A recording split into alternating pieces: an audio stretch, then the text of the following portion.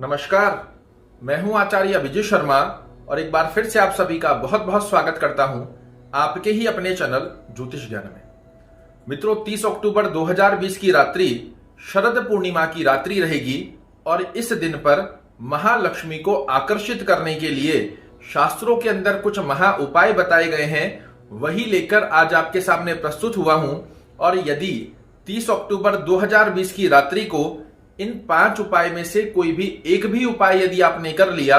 मां लक्ष्मी का स्थायी वास आपके घर में अवश्य बनता है। क्योंकि शास्त्र मान्यता है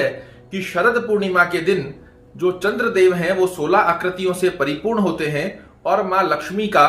स्थायी वास संपूर्ण ब्रह्मांड के अंदर भ्रमण होता है। ऐसे में जिस भी व्यक्ति के द्वारा मां लक्ष्मी को प्रसन्न करने के कुछ उपाय जो शास्त्रों में बताए गए हैं, उनका यदि शरद पूर्णिमा के दिन आप करते हैं पालन, मां लक्ष्मी का आशीर्वाद निश्चित रूप से आपके साथ बनता है। करना क्या है, बहुत साधारण और छोटे छोटे से महाप्रयोग हैं। इनमें से यदि पूर्ण रूप से आपके लिए सभी उपाय संभवत हो तो सभी कीजिएगा, अन्यथा कोई भी एक महा उपाय भी यदि आपने कर लिया, बहुत ही अच्छे और अद्भुत परिणाम आपको बड़ी शीघ्रता से अवश्य देखने को मिलेंगे। शरद पूर्णिमा की रात्रि में अर्थात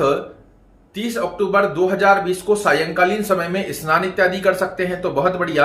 अन्यथा गंगा जल का प्रोक्षण अपने शरीर के ऊपर कर कर यदि आपके पास में पीले वस्त्र बने हुए हैं तो निश्चित रूप से आपको पीले वस्त्र धारण करने चाहिए। इससे महालक्ष्मी बड़ी प्रसन्न होती है।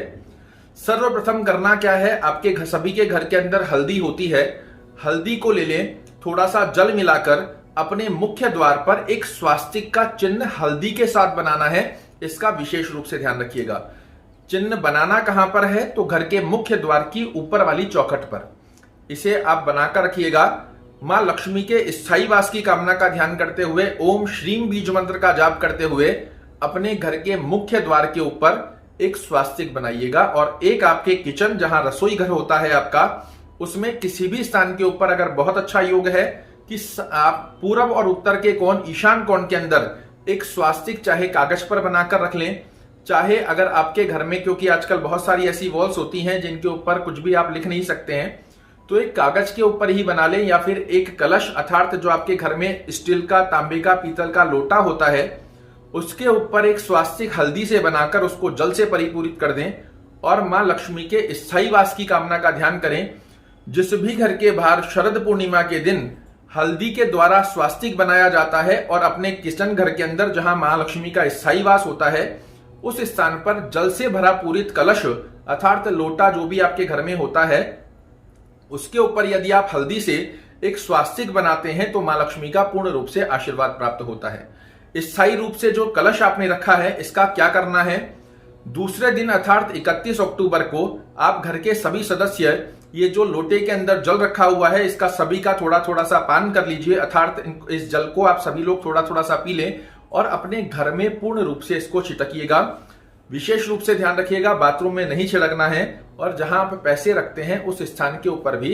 इस लोटे से आपको जल छिड़कना होता है। इस लोटे को 5 दिन तक आपको साफ नहीं करना होता किसी भी प्रकार से, और जब भी 5 दिन बाद साफ करें, इसे मिट्टी से ही साफ कीजिएगा।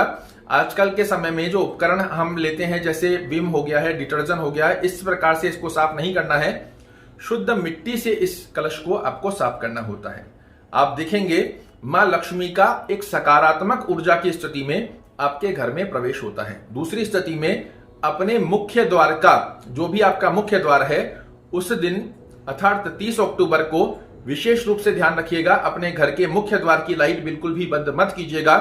घर के मुख्य द्वार पर स्वास्तिक बना हुआ और उसके साथ में आपके मुख्य द्वार पर लाइट बनी हुई हो अर्थात रोशनी बनी हुई हो, उसमें मां लक्ष्मी का वास की स्थिति आपको अवश्य देखने को मिलती है। दूसरा महाप्रयोजन है मित्रों, कमलगट्टा। बहुत आसानी से मिलने वाला एक महाप्रयोजन है।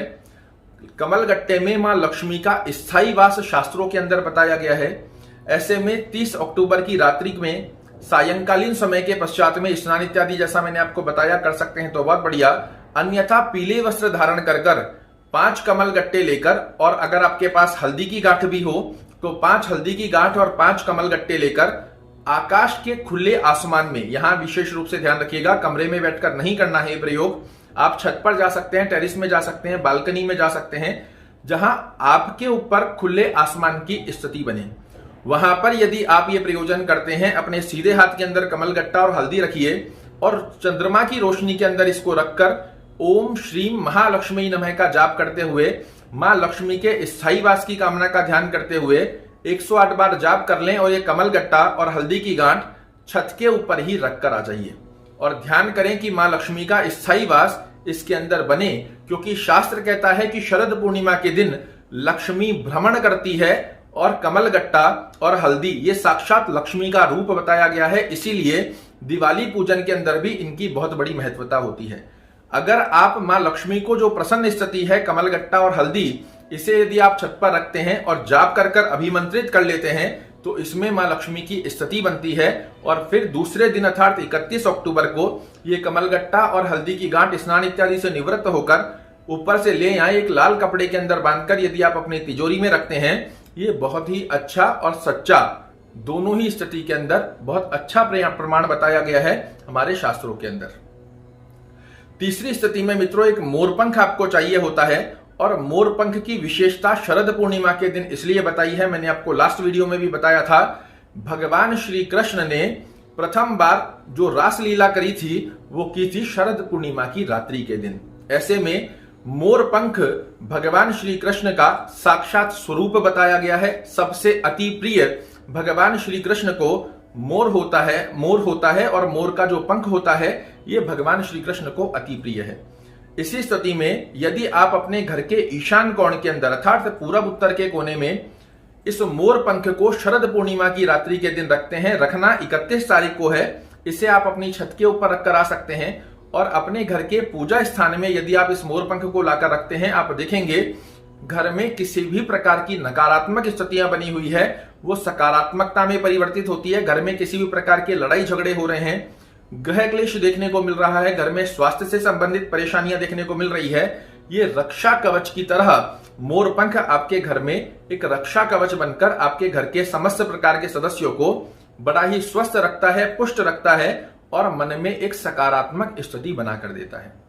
चौथे प्रयोजन के अंदर आपको चाहिएगा शरद पूर्णिमा के दिन ही आप एक चौमुखा दीपक बनाएं और अपने मुख्य द्वार जहां आपने स्वास्तिक लगाया है उसके नीचे की तरफ एक मुख्य द्वार के ऊपर महालक्ष्मी का आवाहन करते हुए एक निमंत्रण स्वरूप में कि आपके लिए हमने ये ज्योति का प्रज्वलन किया है हमारे मुख्य द्वार पर और इसी द्वार से मां लक्ष्मी हमारे घर में स्थायी वास करे, ऐसी कामना का ध्यान करते हुए घर के मुख्य द्वार पर यदि आप एक चौमुखा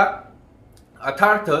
एक ही दीपक में 4 बत्ती बनाकर यदि आप अपने घर के बाहर रखते हैं, लक्ष्मी की कामना का ध्यान करते हैं, निश्चित रूप से